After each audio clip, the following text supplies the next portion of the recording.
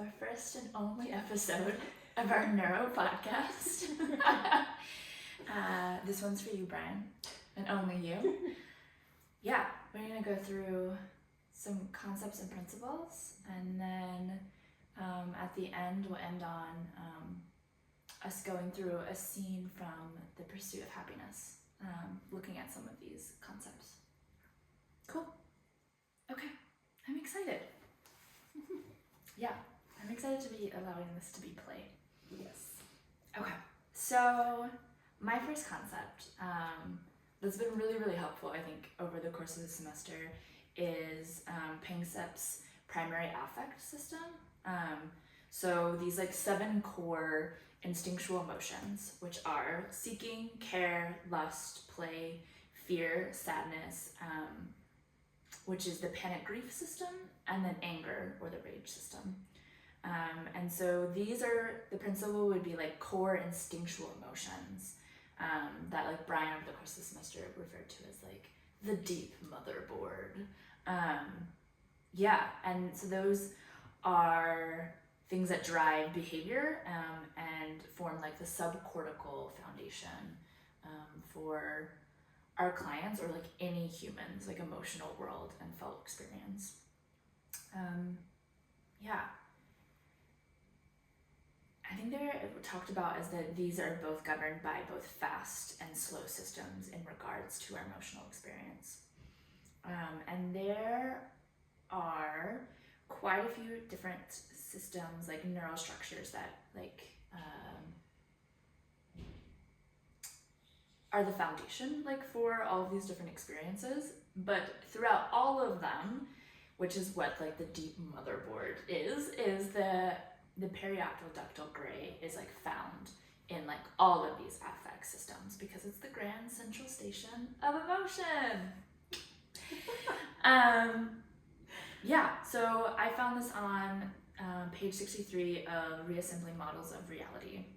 So when we're looking at the seeking or the expectancy system, so it's linked to dopamine, and we're looking at parts of the brain like the ventral tegmental area and the nucleus accumbens, also referred as the brain's reward system.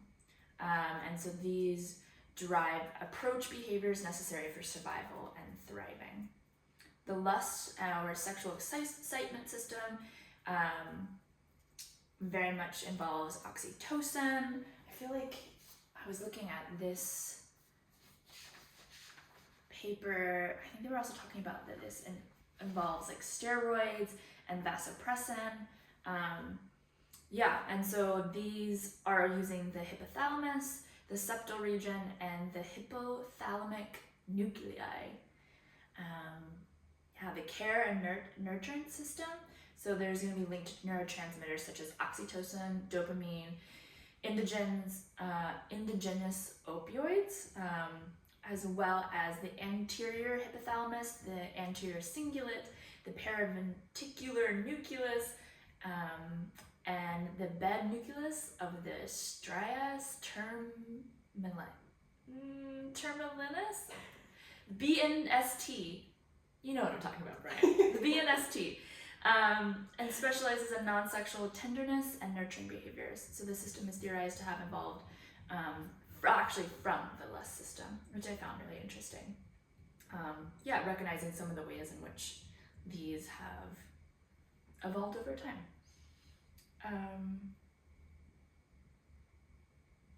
The play system includes the dorsomedial diencephalon. These are such a mouthful. Diencephalon and the parafascicular area, and of course the periaqueductal ductal gray. Fear and anxiety includes the lateral and central nuclei of the amygdaloid complex and the hypothalamus. The panic grief sadness includes the anterior cingulate, the BNST, and the preoptic area, as well as the dorsomedial thalamus. And the rage anger system includes the medial nucleus of the amygdala, the BNST, and the hypothalamus, and dorsal PHE, periaqueductal gray. Yeah, Thanks for hanging in there with me with the Yeah. language. Yeah. I think when I think about this from a clinical setting, it feels, and something that was like, I think articulated throughout the semester of like, all of these have a very particular like somatic experience, and there are some of these that are easier for us to access than others, and they're all important for us to be able to move in and out of. And so when thinking about working with clients, like recognizing all of these as like central emotions that we need to be able to access and that we should be able to access feels really important, that we then in a somatic way be able to like what are the felt sense of all of these, and it's begin to notice like, oh, this one's really hard for me to like tap into. What are the ways? Maybe like it's play, right? How do I then how do we support a client to little bit by little bit experience the felt sense of play, so that we can start to bring these parts of the brain online that are not quite able to be accessed. I think this has been very, very helpful for me, I think, in like thinking about one, that these are all core emotions. Like I think there's sometimes where people really want to like articulate like, that like maybe play is better than like a certain kind of like anger, rather than being like, no, all of these are important. Just some of us can access them better than others.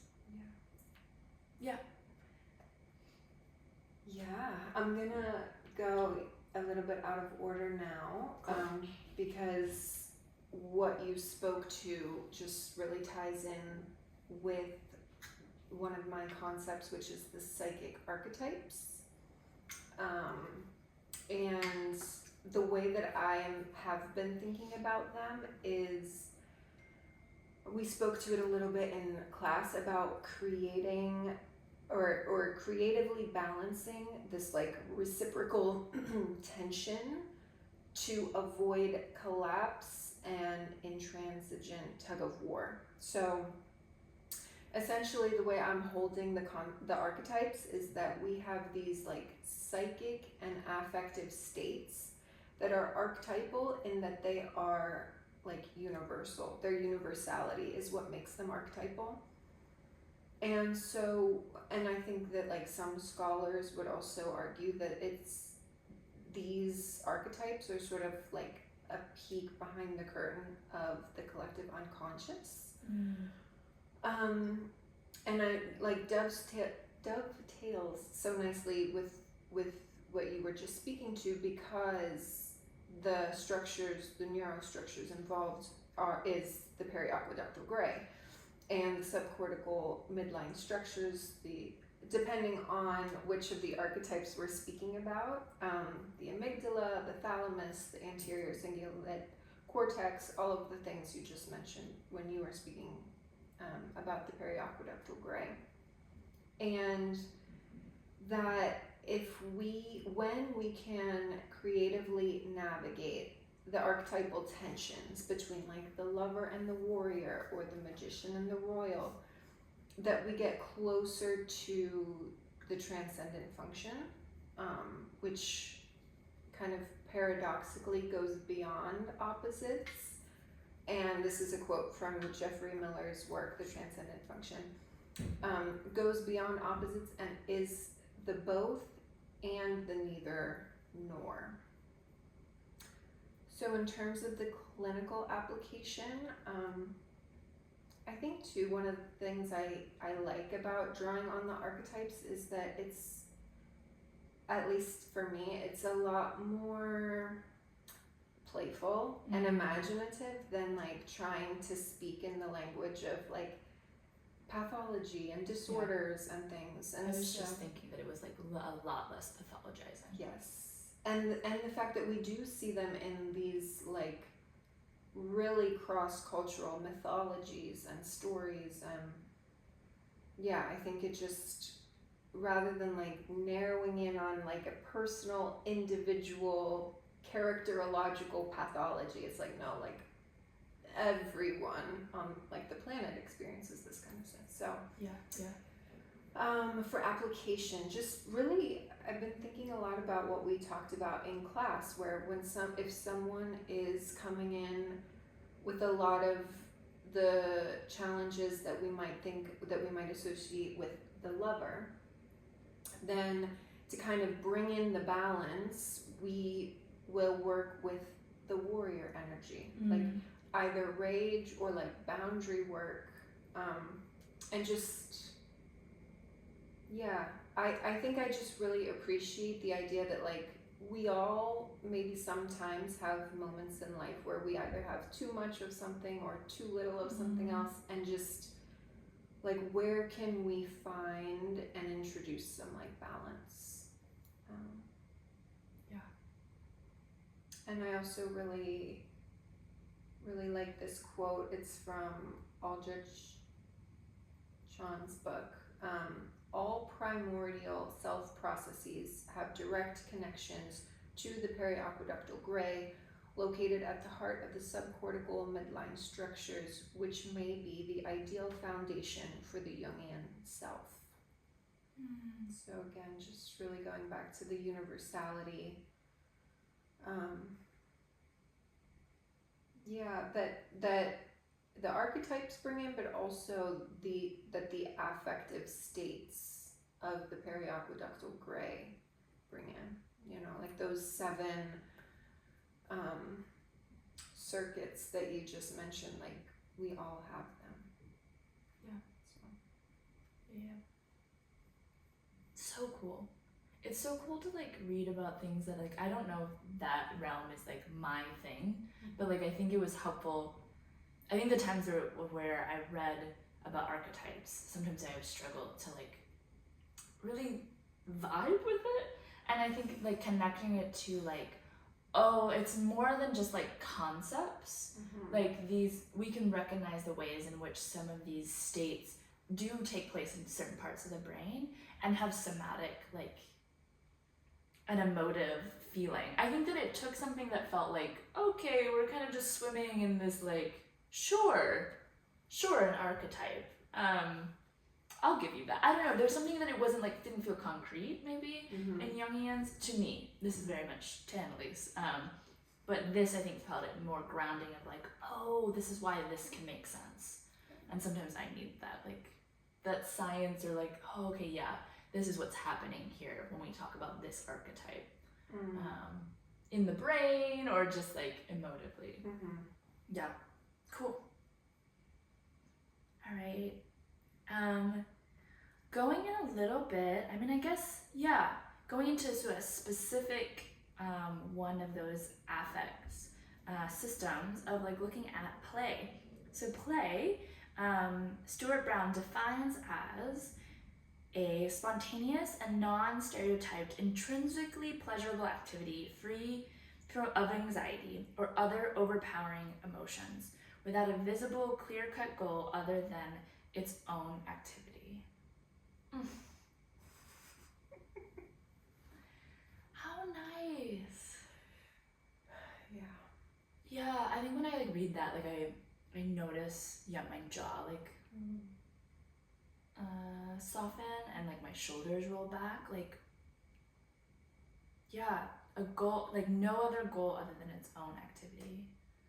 And so a principle for play specifically feels important, that it's spontaneous and it's intrinsically pleasurable.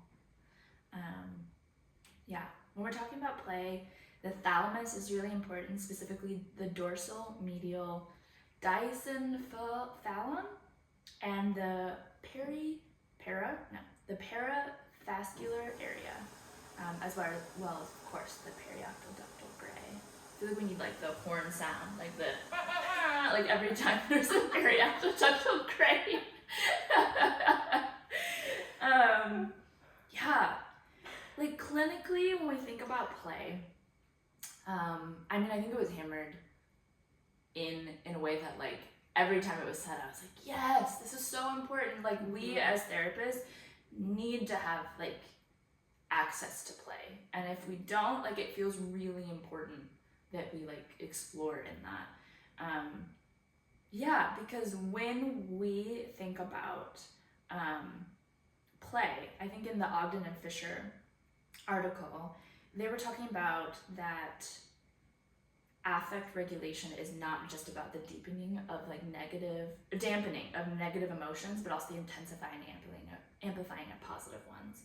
And so they specifically speak to, on the first page, that the qualities of spontaneity, pleasure, flexibility, and well-being, as well as the trust required to engage in open-ended activities, are precisely the traits that are incompatible with trauma-related responses of hypervigilance, hypoarousal, and the frozen or impulsively driven defense movements.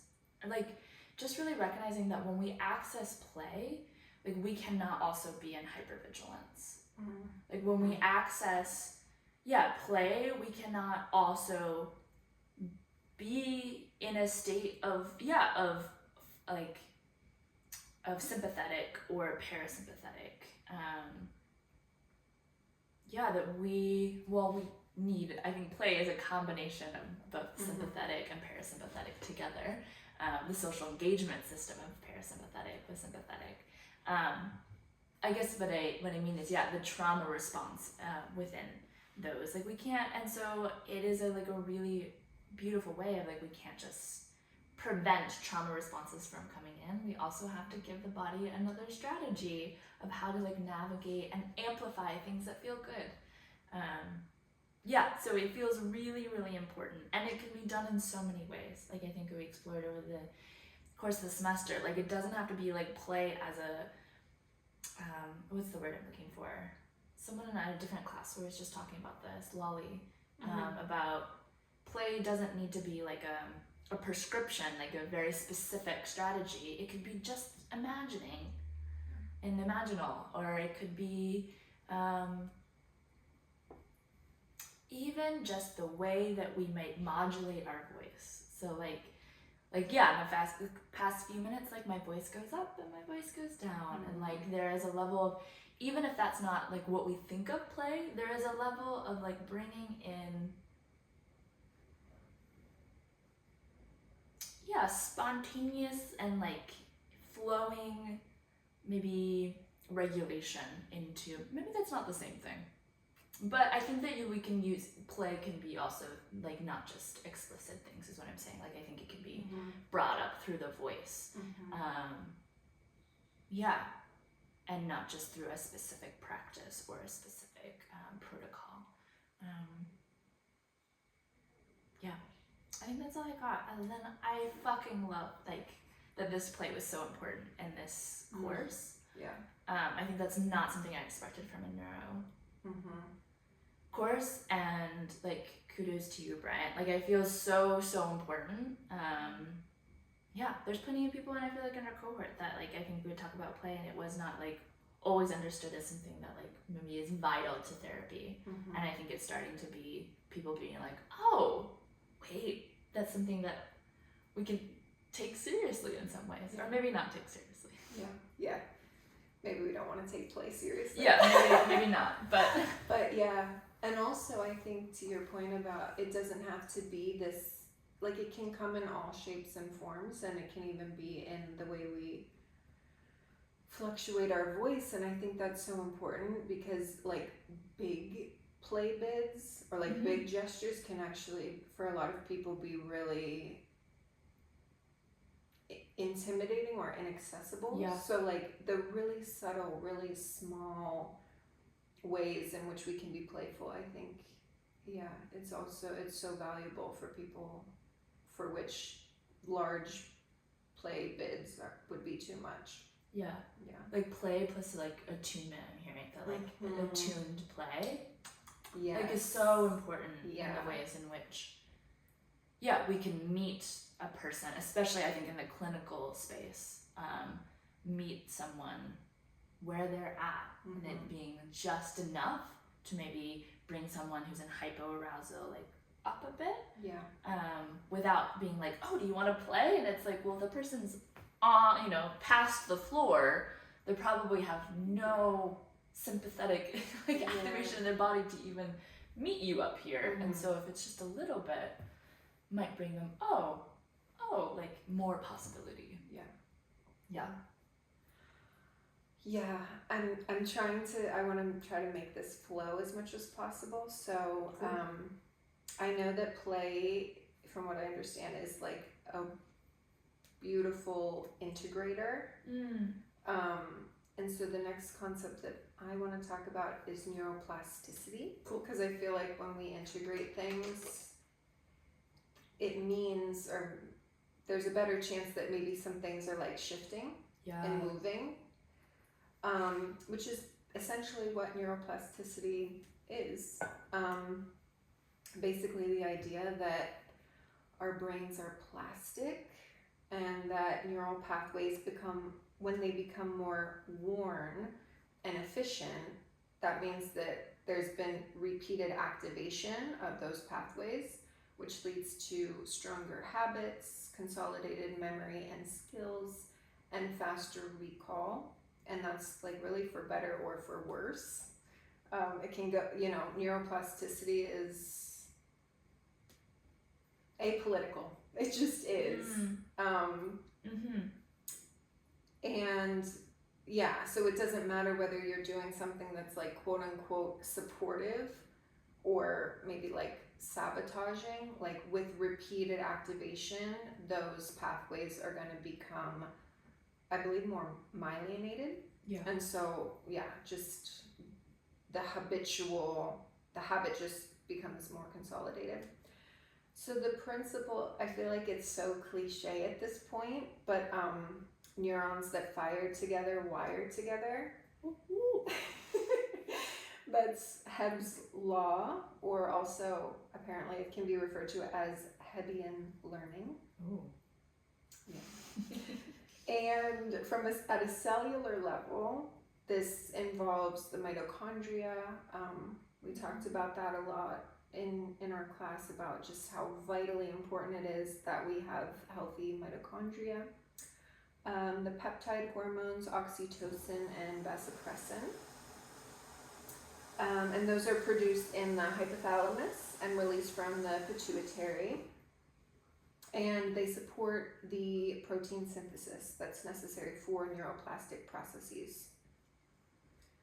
So, as with most things, when we're talking about neuroscience, neuroplasticity involves multiple structures that work together as a network. And so the key areas in the brain are the cerebral cortex, including the prefrontal cortex, the hippocampus, which encodes and retrieves long-term memories, subcortical structures, including the thalamus, which is a key relay station for sensory information flowing up into the brain, the cerebellum, which is constantly regulating or modeling posture, balance, and coordination, and the spinal cord, which is executing movement. And they work together to facilitate change in the brain's physical structure and function in response to experience, learning, and injury. And I feel like neuroplasticity is at the heart of so much of what we do in the clinical space. And that we can support neuroplasticity and positive change in myriad ways, and one of which is through a trusting and attuned therapeutic relationship. And this is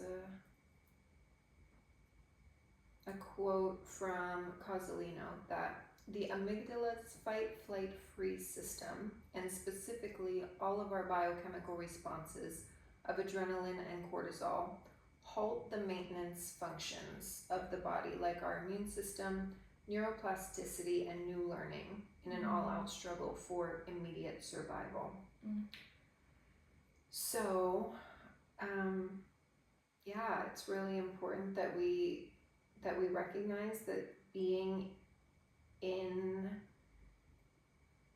the dysregulated, either one, whether it's sympathetic, the hyperarousal, or hypoarousal, parasympathetic, that it's not conducive to neuroplasticity and therefore really any therapeutic progress. I feel like there's like a realm that I like see online sometimes. I think like particularly within like health and like probably like social media therapy world, but oftentimes it's like I would say like in a really like a higher socioeconomic like class where they like really want you to be like, oh, like if we understand these things, like almost, what is it, there's a word that they'll be like you want to make sure you're getting enough sleep because like that then like does all these things. And so I'm thinking about, I think like neuroplasticity, sometimes they'll talk about it that like you need to make sure like you're taking the right vitamins and like eating the right things. And I guess when I think about this concept, there is that we can go on that route, that like we can, what is that you can like, there's a term for it that we're constantly trying to like optimize. Yeah, we'll go with that. Like there's like, let's optimize our health, or like biohack. Yeah, that realm of like using these concepts to do that. And I think that's a road, sure. And there's definitely moments where I feel like I'm like on that road and I'm like, oh, I should like be doing this thing. So like, yeah, whatever. I think there's another path that to me when I'm listening to you speak about this is like more of a compassionate of like, oh, when that's not possible, like all these other things happen. Like when there's not access to food, when sleep is not good, you know, and sometimes that's where our clients are gonna be, and sometimes that's where we are. And like really recognizing like, oh, of course I'm having a hard time learning this thing. Like my stress is so high, you know, like of course this client is like not able to like start to integrate X, Y, and Z. Like they're having a hard time even like making sure food is consistent. And like I think there's a level of like we could be like, yeah, like let's hack our life, and or sometimes being like, you make so much sense. Like you cannot learn things, or like it's neuroplasticity is always happening, right? And so it's our bodies as like learning different things and different ways. And so like if we're trying to learn, we have this goal to like learn how to do this thing over here in therapy. Maybe it's like learn how to better self-regulate. It makes sense that that would be hard when these other things aren't available.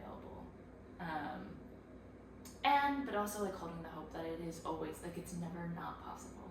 Like neuroplasticity never has an expiration date. And so how to also hold that with clients of like, this is not possible, this is challenging right now because these other things are not lining up, and at some point it absolutely can be. Yeah, it's not like you can be 70 and learn how to do this, right? And so I think that feels exciting to me, that we can use this not as to biohack, but to also just hold deep care and compassion and understanding of like what our clients are navigating and why it is the way that it is. Yeah. I love that reframe. And also to your point that like it's really like never too late. Like, you know, there was before there was this concept that like at a certain biological age, like the brain was just fixed. Yes. It was just set. And then from then on, all you did was like lose brain cells. And that's not a very hopeful picture. No. But then, neuroplasticity really, it's hopeful. And it can be like empowering. Yes. Like to realize that it's happening all the time. And it makes, I don't know, for me anyway, it makes me have a different relationship with like choices that I make and habits, and because it's like, this is literally shaping and reshaping my brain. Yeah. So. And it's so easy then to make that shameful, I guess this was my comment, right? That like, it's so easy to be like, oh, the choices that I make, like, I need to make the right choices. Right. And sometimes like, yes, like that's like, but if it becomes like, I'm starting to shame myself because I'm not making those choices, not helpful. And you're like pumping more cortisol and adrenaline into your system of the stress that you're putting on yourself by like not making Yeah. You're doing such a good job of like weaving these things. I don't know if I'm gonna be able to. I'll try. I don't know if I can. So I'm gonna go to the next one that I have. The next concept is somatic markers. And so this is an Antonio Damasio concept that physiological states, like gut feelings, provide crucial non-conscious data that guide your decision making and judgment. They're often like linked in what you could call these like intuition, like people oftentimes refer to these as intuition, that we just like feel, but more accurately would be understood as based on implicit information processing that takes place within the fast system of neural processing. So there's this information that comes online from our past experiences, or just like our current body state that's like below awareness. So this could be muscle tone, heart rate, our endocrine activity, and so these are visceral reactions that we oftentimes feel as hunches, that we then start to narrate. That person is a bad person. Why do I have that? I had these, data from my senses, that I unconsciously started to like have maybe somatic markers of like my heart, started racing fast, and we can I feel like start to go, and maybe my next concept of like mirror neurons is like we can start, and then our bodies start to relate to each other, and so our somatic markers can start to interact with one another. So like a core principle for somatic markers would be like implicit memory data is a way to think about it. When we think about the neurostructures important to somatic markers, there's a few things. So the ventral medial prefrontal cortex is important.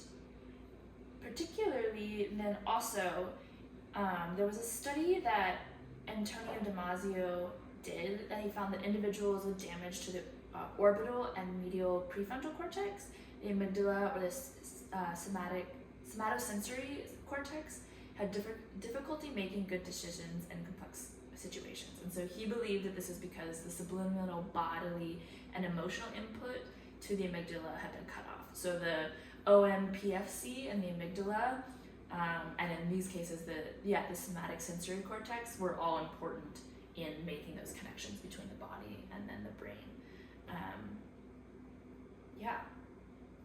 Some clinical application. I think that what somatic therapy is the tracking of somatic markers, and so really guiding clients to like notice what is happening on the bodily level, to be able to maybe describe it, and like ultimately to have a relationship with those markers, and that we know, my heart is beating fast. Like being able to notice, like, when does that happen? If that's a regular occurrence when I don't know, before I get on the train, or like being able to like start to bring some of these into consciousness, awareness. And I think particularly in this, which is what I think is starting to speak to with mirror neurons, that I'll start to speak to more so later, but I think in therapy it becomes this like right brain to right brain synchronicity of like, what are my somatic markers, what is happening, what is arising, whether they're below consciousness or above, speaks to then the therapist's body, and be able, that's why we can then be able to be like, my like shoulders are like really tight. So like I think pairing somatic markers with then what we'll get into with like mirror neurons, are important in therapy, to be able to track another in the room and be able to use our own body in that process. I think before I move on, I think Causalino talks about that somatic markers are an excellent example of conservation and evolution, where older systems are retained and interwoven with later evolving ones to enhance survival. And so just like thinking about the ways in which somatic markers like are like very vital to like our evolution like as a species. So they're that we what do I want to say about this? Like that there is a level of importance to this that I think in the clinical space is then really important to not to include that, which I guess is in this program and is like a no-brainer. But there's plenty of things happening in the clinical space that never brings the body in this way. So just like really highlighting the vitalness and that this has evolutionarily been happening for a long time, and it enhanced our chances for survival to be able to have access to our somatic experience. That you are teeing me up so well. Oh yeah. That just leads to the conversation of neuroception. Cool. Which is defined by Stephen Porges as the process by which neural circuits distinguish whether situations and people are safe, dangerous, or life-threatening. And this also really speaks to, so the principle that I think about this with is sensing and discriminating. Okay. We talk about that so much as being kind of the function of both the immune system and the nervous system. It's like constantly sensing and discriminating if something is a threat or safe. But neuroception also really speaks to the predictive tendency of the brain, because neuroception is also a capacity, this is again Stephen Porges, it's a capacity through which the nervous system reacts to the intention of biological movements, including voices, faces, gestures, and hand movements. So it's a process of sensing and discriminating and also predicting, like predicting intentionality.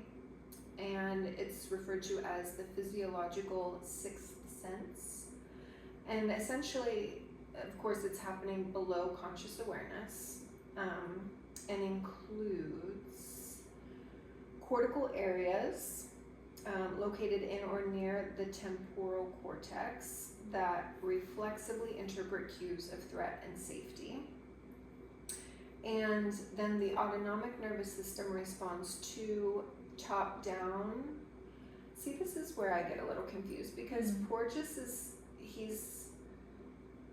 he believes that the process of neuroception is assumed to be initiated via top-down pathways. Okay.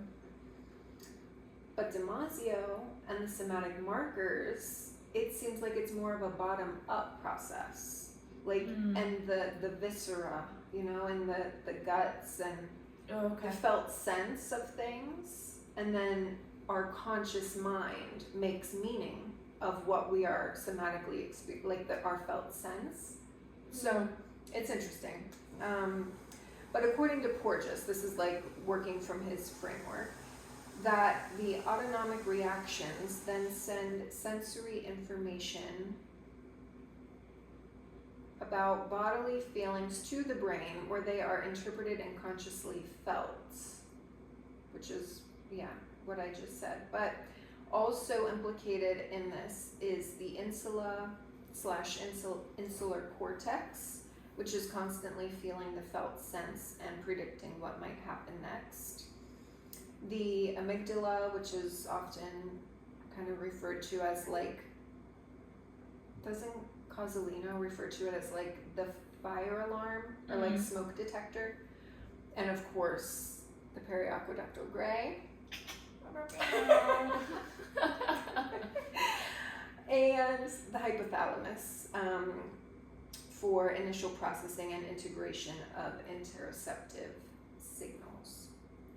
So in terms of clinical application, I think we're always interacting in one way or another with someone's interoceptive, call it like set point. Yeah. Like if someone has a history of trauma, then their neuroception is maybe tilted more towards interpreting things that might be neutral as threatening. Yes. And so really working with trying to work with that set point, and we can do this through things like the social engagement system, the therapeutic relationship again, where just really bringing in cues of safety and trying to let the body have that experience and allowing the system to kind of experience what that is like to be in relative, safe enough spaces.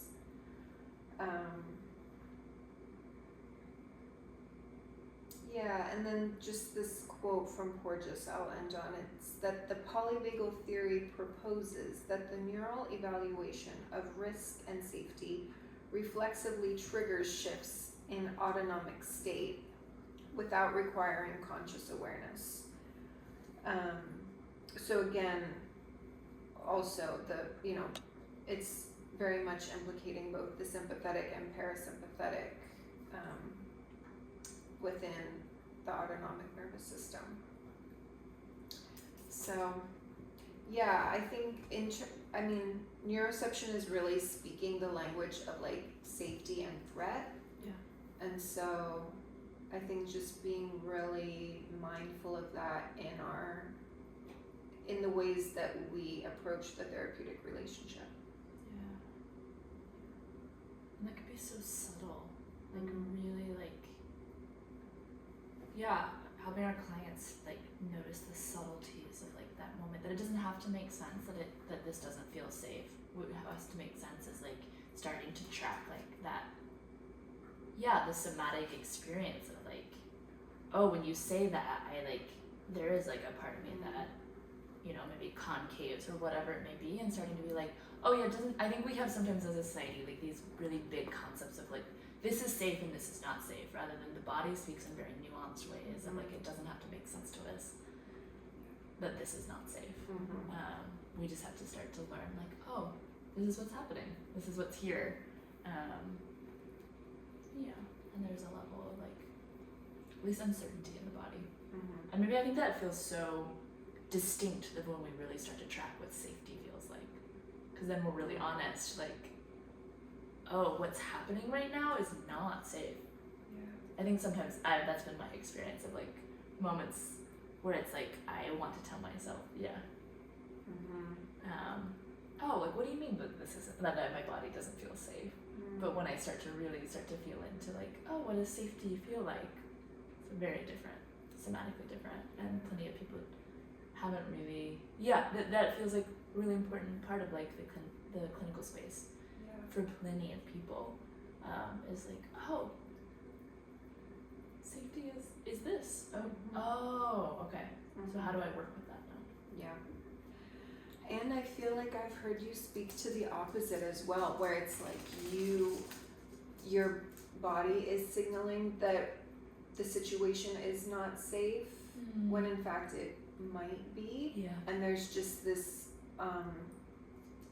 this sounds so pathological, but like a vigilance or like a hypervigilance, because the set point has been, it's tilted toward detecting threat and maybe perceives, always working with what is true in the sense of like a true felt sense, and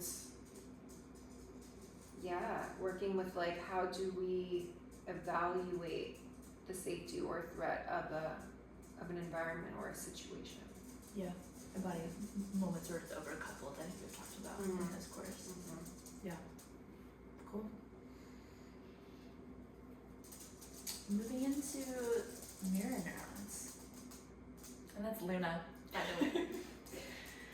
Hopefully her toenails aren't too distracting. So mirror neurons are these specialized neurons that fire both when we perform a task or an action, and when we observe someone else performing the same action. In this way, the principle for mirror neurons would be like their neural basis for empathy.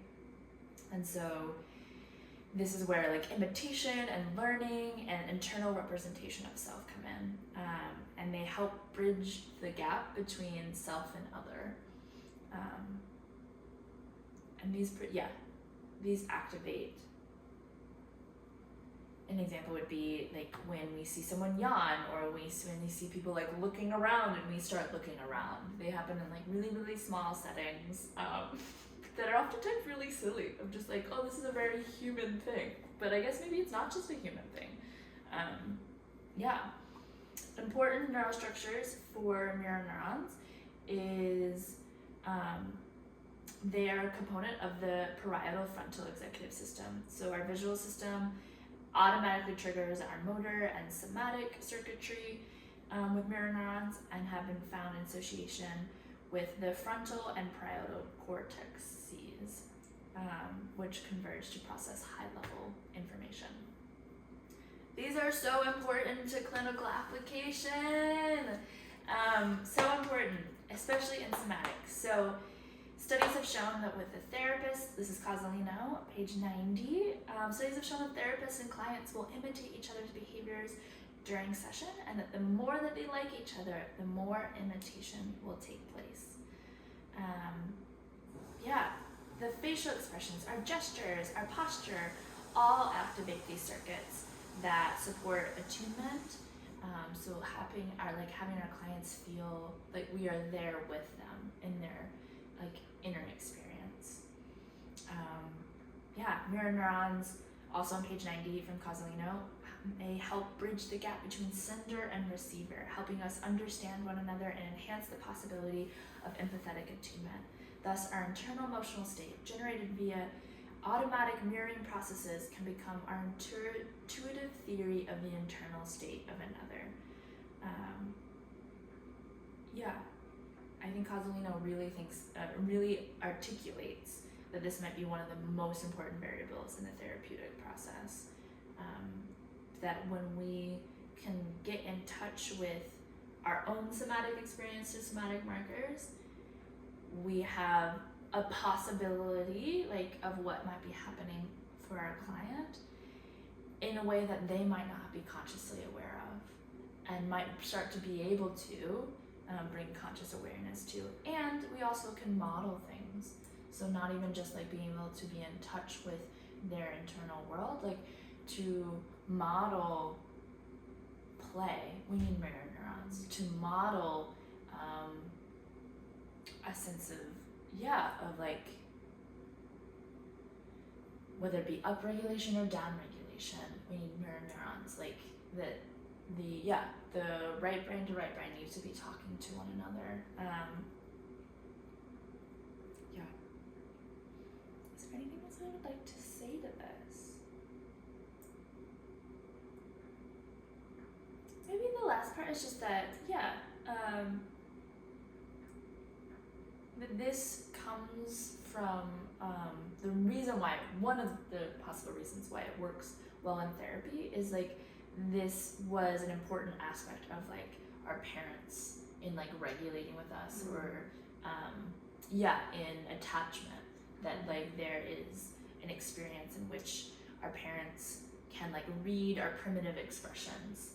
When we don't have any language for anything, they can be able to get in touch with what we're feeling and needing, by being able to recognize what's happening for us, for our faces and our bodies, you might need this, and so that it's not just us as therapists being maybe this works, but it's something that's deep ingrained in our body, and when we haven't had this, our clients might be this doesn't make sense to me, or wow, this is really nourishing. And either way, giving people little bits of it to start to be able to model a different way of being that might be in more alignment for what the client is needing, or the patient, whatever we want to, like the person we're working with. Yeah. That might be an updated be like how I want to be in the present. Yeah. Yeah. So mirror neurons are also involved in the concept of co-regulation, which is the next concept. And I am thinking about this through the principle of outside-in differentiation we spoke to in class, or outside-in growth, which the scientific term for that is endosymbiosis. Yeah. So cool. So cool. Yeah. And that function precedes structure. So, in simplest terms, co-regulation is a process of interactive regulation of biological synchronicity between people. And that definition comes from Alan Shore. And you had spoken before about right brain to right brain, which is very much involved in co-regulation. And it facilitates this regulating, there's a regulating other that intuitively and also psychobiologically attunes to and soothes, for example, our overwhelming emotional states. So calms, balances, or energizes, like upregulates our autonomic nervous system. And that it allows us to move through these affective states and build resilience, and also is laying the blueprint for our capacity to develop self-regulation later. I think that's the thing that like really needs to be stated. I feel like especially in the world of like, what is it, pop psychology, that like really I think a lot of people are like very pro like self-regulation, which is important, but really recognizing that the foundation for self-regulation is co-regulation. And if we don't have a lot of experiences where we understand how to tap into that, yeah, that might be challenging. You know, when we think about insecure, anxious attachment, that might be have a really hard time. Or that like insecure, avoidant is so used to like having to have learned that like the idea of co-regulation doesn't even compute. And it's so dysregulated. It can like being in space with another can be more dysregulating for avoidant. I think it's Bonnie Badenoch talks about like the myth of self-regulation, and that what self-regulation really is actually is internalized co-regulation. Yes. So I feel like that needs to be shouted across the mountaintops. Yeah. And I think she does do work, but I think maybe she works with parents, and that is like her mantra. Cool. Yeah. So some of the neurostructures involved, or neurostructures / body systems involved, the autonomic nervous system, of course, for physiological states of sympathetic fight or flight, and parasympathetic rest and digest. The ventral vagal complex, which polyvagal theory considers to be the social engagement system. Mirror neuron system. If we're speaking in the language of Panksepp's model, the care system, including oxytocin, the bonding hormone, as well as the limbic system, and specifically the amygdala, which is involved in conditioned learning, deep and implicit memories, and also is involved in producing appropriate emotional reactions to stimuli. So again, like that attunement, needing to be able to like empathize and have a sense for what another is feeling. The anterior cingulate cortex, which again is critical for detecting, processing, and responding to others' emotions. And the prefrontal cortex, which is involved in higher level emotional regulation, impulse control, and especially the orbitofrontal cortex, And I really do have like a newfound appreciation for how much of a tongue twister these words are. So just like rattling them off is no small feat. Thanks for bearing with us. Yeah. In terms of clinical application, so co-regulation, inherent within that is having a regulating other, and within the therapeutic space, that is us. We are that regulating other for a person. So we're modeling, this function outside or external to the client, with the intention that it becomes an internally sourced capacity that they can develop for themselves. So we are, as the regulating other, activating right brain affective circuitry, and hopefully facilitating corrective experiences for people. And I think this is especially important for people with attachment trauma, and attachment wounding, and really requires our clinical capacity to track, attune, mirror, and also remain like a consistent, solid presence through moments of distress. Like I think we talk so much about like holding and what it means to like hold or hold the container. Yeah. And I think that is such a part of the co-regulation. It's just being that like grounded, centered presence through the storm or the wave, and like being with while that person is like riding the wave, so that they can learn that the wave is something that can be ridden. And there's like, is that the beginning, the peak, and then the crest. Yeah. Cool. Yeah. Did we have a time check? Yes, we are at 57 minutes. Alright, we're gonna try, Brian. Alright, so theory of mind is the ability to attribute automatically attribute mental states, so intentions, desires, and knowledge, to others. So being able to be like, oh, if this happens, I automatically understand that this, and this will happen. So there's an example on page 121 in Cozzolino's work where there's like a chimpanzee, and a researcher put a banana out. The chimpanzee like saw the banana and froze, looked around to see if there were other people around, and then I think like called out in a way in which signaled snake. And so all the chimpanzees like went into the trees, and that chimp ate the banana. And so like there was some understanding that if I do this, this, and this, like this reaction will happen in the other. And so Cozzolino argues that this theory of mind, to be able to do this and kind of like predict what another can do, or have like narratives around like what will happen, is what structures like our sense of self.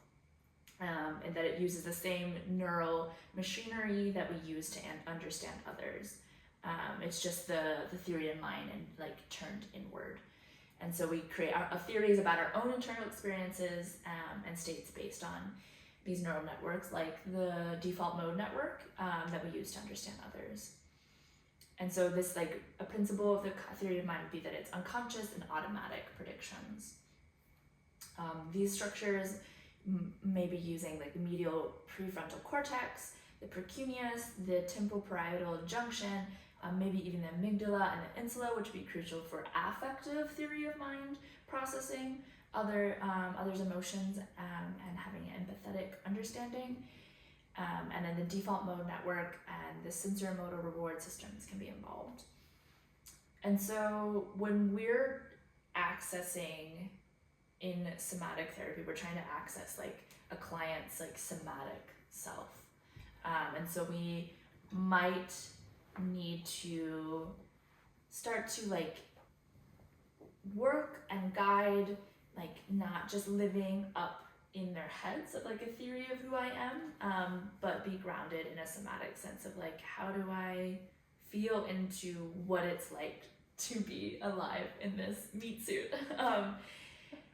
So focusing on interoceptive awareness, the feeling of our own breath, the sensation of our feet on the floor, experiencing our own physical boundaries, can create like a more tangible physical anchor for a narrative of self.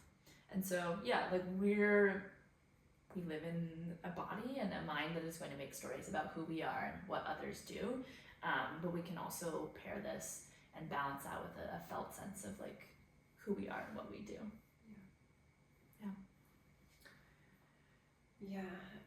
Speaking of the precuneus, the next concept is mental imagery, and the principle is, I really love this from our class, that the fastest way is to take it slow, and especially in the context of doing like traumatic memory reprocessing or trauma resolution, that so just to elaborate on the principle, that when we can shift from the first person egocentric perspective to the third person allocentric, the content just feels less intense and therefore more manageable.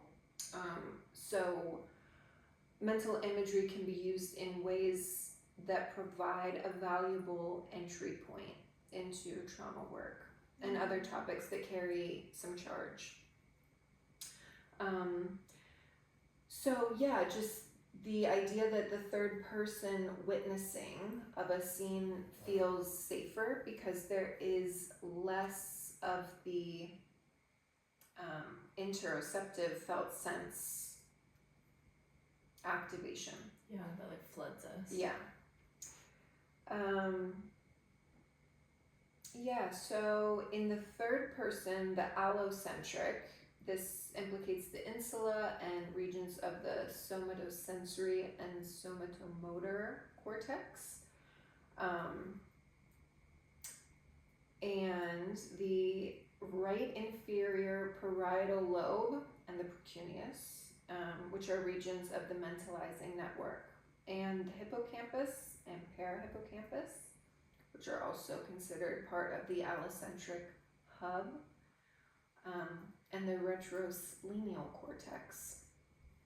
But mental imagery work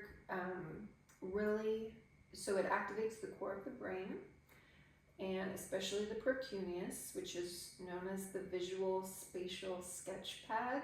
Oh, cool. Primary node of the default mode network and also part of our vestibular system, and provides background for social mentalizing and spatial navigation. It also involves the cerebellum, which, as we've mentioned, is constantly editing sequences, both embodied and imagined / visualized. Also involved is the WHO system, which is considered the mentalizing system, which includes the temporoparietal junction, which is also known as the narrative hub. And in terms of clinical applications, there's so many. Spontaneously emerging images can be an important assessment tool and clinical tool. We noted in class that over time, if we, as like a practitioner, if we kind of like hold on to these spontaneous images, we kind of create an image Rolodex, which we can like draw on in certain moments. We can also get a sense of how a client's body organizes itself around the person, place, topic, etc. that is being mentally conjured. It's also really valuable for externalizing, and in that vein also like the third person allocentric perspective, which allows us to engage in things in a less entangled way, and we can get more somatic information. We also talk about mental imagery as a resourcing practice. It can be a containment practice. You can do containment visualizations. And then there are like the specific protocols that we were given, MISTs, from Aldrich Chan, who I think draws a lot from Gemlin, the focusing work. Yeah. And then also Brian's mission protocol, memory, image, scene construction, sensation and symbol, impulse, orient, and navigate to an exit, which the spatial construction and scene construction, I think I'm just really taking away how valuable and important that is in trauma memory work and resolution reprocessing. So yeah, really tangible protocols and tools that we can use. Yeah. Cool. Yeah. We'll move into implicit processing. So implicit processing is the unconscious processing that precedes and shapes our conscious experience. So these are like the fast systems, which are automatic, they're nonverbal, body-based, which is contrasted with the slow systems of like conscious awareness and like slower logical narrative-based realm. A vast amount of the neural processing occurs half a second before conscious awareness. So Casalina will talk about that, like, yeah, during this half second between sensation and perception, the implicit memory system shapes our cognition and behavior. So sometimes we don't even realize that we're like not like actively interacting with the present moment. We're like half a moment off of like things that are happening before we're even aware. I'm pretty sure, a vast amount of our emotions, thoughts, and behaviors happen outside of conscious awareness. I was listening to a podcast recently where Alan Shore was talking about that like 90 maybe or 95% of what we do happens in our like implicit, like outside of conscious awareness processing. Which is just was wild to me. The principle here would be fast system. So we're thinking like quicker than we can really process in a narrative-based cognitive way. This is involving the subcortical structure. So we're thinking the amygdala, the basal ganglia, and the cerebellum, but also the neocortex. And our job in like somatic therapy is to really like work in that, like making that invisible half second a little bit longer, like widening that gap of like unconscious awareness and starting to like slow things down and maybe bring some of these very fast impulses into conscious awareness. So we may very quickly have the impulse to, I'm today I just like a lot of, whatever it may be, like turn away, and it's like, okay, I'm noticing that's happening even before you're aware of it. Can we slow that down? Like, what do you notice when we bring that into conscious awareness that you want to like turn and like move away? I think it's just the goal in somatic. One goal can be, maybe not the goal, is just to increase the interoceptive awareness.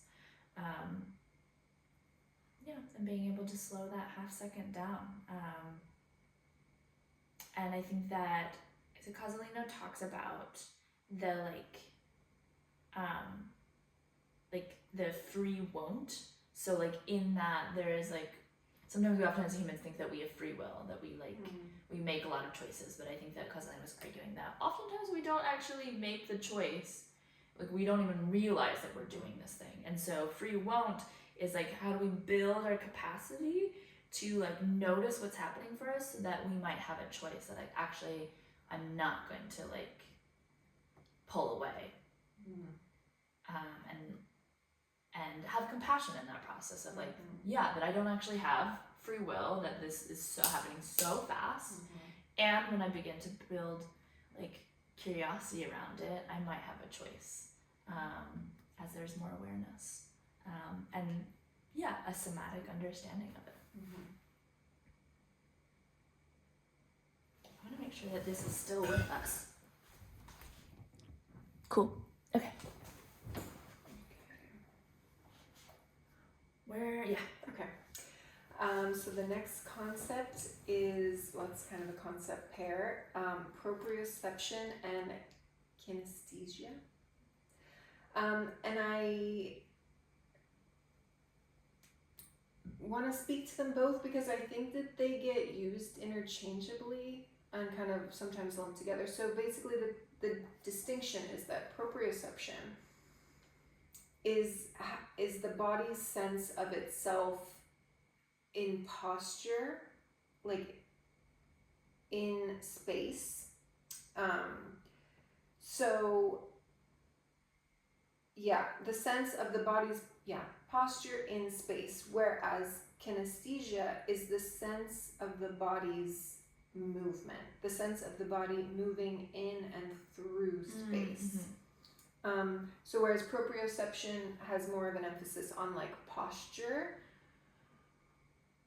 kinesthesia has more of an emphasis on being in motion, in movement. Okay, cool. Yeah. And the principle that I am creating is that in any case, whether we're speaking about proprioception or kinesthesia, it's spatially attuned embodiment. And this is inspired by the Jose Gill paradoxical body piece. And I just really love this quote. The body's texture is spatial, and reciprocally, the texture of space is corporeal. And then there's another really powerful quote about ballet students in front of a mirror and learning how a certain position of limbs corresponds to a certain kinesthetic tension, thus constructing a kind of interior map of those movements that will allow him to move in a precise manner, but without having to take recourse to an external image of the body.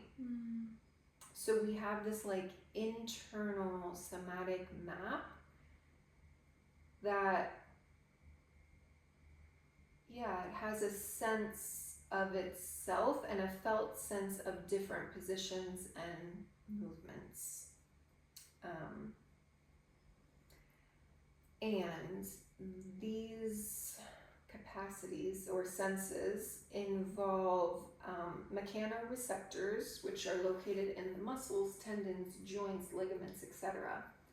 The spinal cord, brainstem, reticular formation, which is located in the brainstem. The basal ganglia, which is concerned with selecting and mediating movements. The thalamus, cerebellum, which again is always sequencing movements. Default mode network, which has everything to do with spatial positioning, where the body is in space. The premotor cortex, which is concerned with planning movements. Parietal lobes, specifically the somatosensory cortex, which is concerned with spatial computation, body schema, orientation, and attention. The orbitofrontal cortex, the vestibular system, the inner ear, and also the visual system, which is taking in data and input for balance and coordinated action, taking in information about where the body is in space. In terms of clinical application, we've spoken in class about how proprioceptive work can be very stabilizing. The Payne et al., the 2015 article also speaks so much to the importance of proprioceptive and kinesthetic awareness for, again, the reprocessing of trauma memories, but specifically around the thwarted survival impulse, like what the body, what wanted to happen that was inhibited. So really being able to feel that like from the inside out in order to complete that incomplete impulse. Mm-hmm. And yeah, I'll end with this quote, which is from that piece, that a painful or disturbing interoceptive or proprioceptive experience may be pointing to the necessity for some kind of biological completion. The question, what does it feel like my body wants to do, can often reveal the obstructed impulse, the completion of which may restore comfort and ease. So really powerful in general, but again, specifically in the context of working with trauma. Yeah, super important. Okay. I am gonna move into, which is a very broad concept, but it was helpful for me to understand kind of the neuro